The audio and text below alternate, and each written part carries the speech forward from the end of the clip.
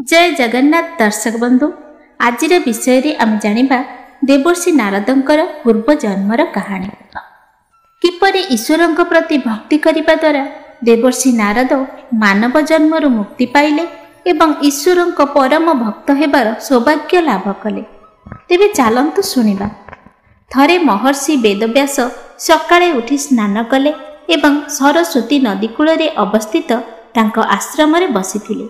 से महाभारत एवं देवता मानक वीरत्व एवं कार्य परिपूर्ण अनेक पुराण सृष्टि करथिले, किंतु तथापि तांकर मन संतुष्ट नथिले।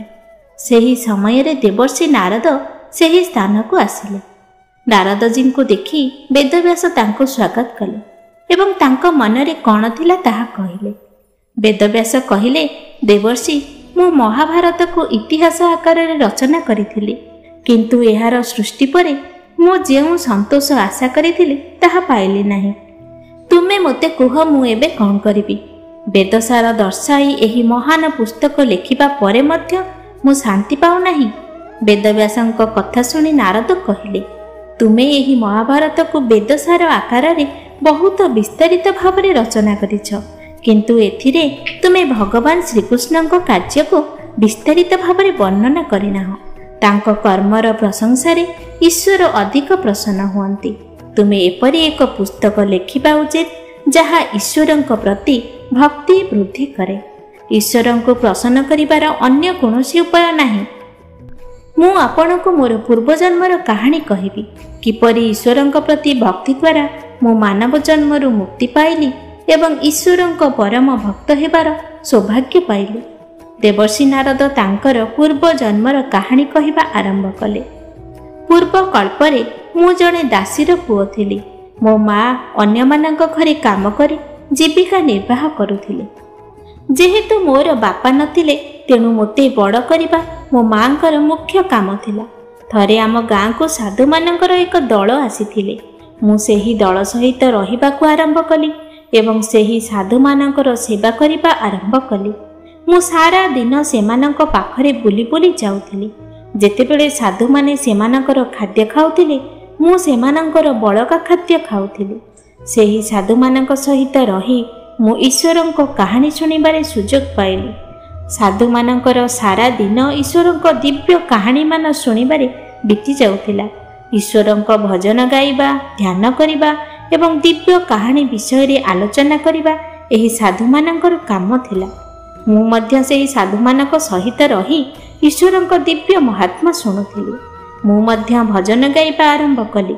सेही साधु मानक कृपा जोगु मोर मन संपूर्ण भावरे ईश्वरंक प्रति समर्पित होई जाउथिला। साधु मानक सांगरे रही मो मन भितरे भक्ति जागृत होइथिला एवं ईश्वरंकु देखिबार इच्छा मोर आहुरी जागृत होइथिला। मोर मन सर्वदा ईश्वरंक दिव्य कार्यर चिंतन रे लिप्त रहुथिला। सेही संत मानक संग द्वारा मोर जीवन सफल होथिला। मु मात्र 5 वर्ष बयसर थिली, किंतु मोर दुनिया प्रति कोनोसी आग्रह नथिला। मु सेही संत मानक सहित जीवाकू इच्छा करुथिली, किंतु मो माँक प्रेम मते बाधा देउथिला।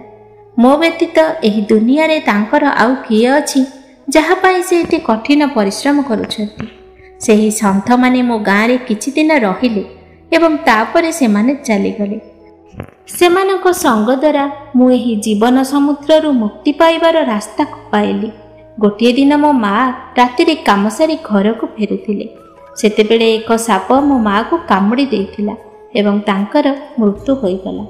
गाँर लोकंक साहाय्य रे मु मो माँ को शेषकृत्य संपन्न कली। एही समय रे सेही संत मानक साथीरु मु जे ज्ञान पाइथिली ताहा दुखर मुक्ति पाइबा एवं संसारर नश्वरता को बुझिपारे मते बहुत उपयोगी होइथिला। मो माँ को मृत्यु परे मोर आ केही नथिले एवं मु सेही परम भगवान श्रीकृष्णंक शरणापन्न होइथिली। एही संसार रे मते अटकाइबा पई केही नथिले। मु एबे जेउठाकु चाहुथिली जीवाकु मुक्त थिली। एहा परे मु मो गाँ छाड़ी एक घन जंगल को गली एवं एक गछ तले बसी भगवान को ध्यान करने को लगिली। किछि समय परे मु मो हृदय रे भगवान मुरलीधर को देखिली।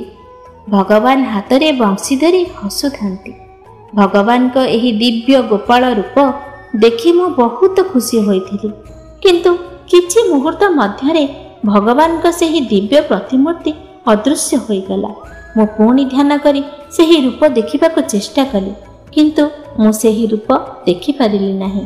ମୁଁ ଏହିପରି ଅନେକ ଦିନ ପର୍ଯ୍ୟନ୍ତ ଭଗବାନଙ୍କ ସେହି ଦିବ୍ୟ ରୂପ ଦେଖିବାକୁ ଚେଷ୍ଟା କଲି, କିନ୍ତୁ ତଥାପି ମୁଁ ଭଗବାନଙ୍କୁ ଦେଖିପାରିଲି ନାହିଁ। ମୋର ପ୍ରୟାସ ଦେଖି ଆକାଶରୁ ଏକ ସ୍ୱର ମୋତେ ଶୁଭିଲା।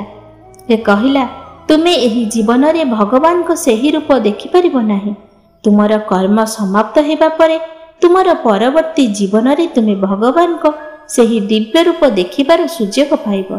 ସେବେଠାରୁ ମୁଁ ସେହି ରୂପ ଦେଖିବାର ଚେଷ୍ଟା ଛାଡ଼ିଦେଇ ଭଗବାନଙ୍କ ଧ୍ୟାନ କରି ମୋର ଜୀବନକୁ ସମାପ୍ତ କରିବାକୁ ଚେଷ୍ଟା କରି ଚାଲିଲି।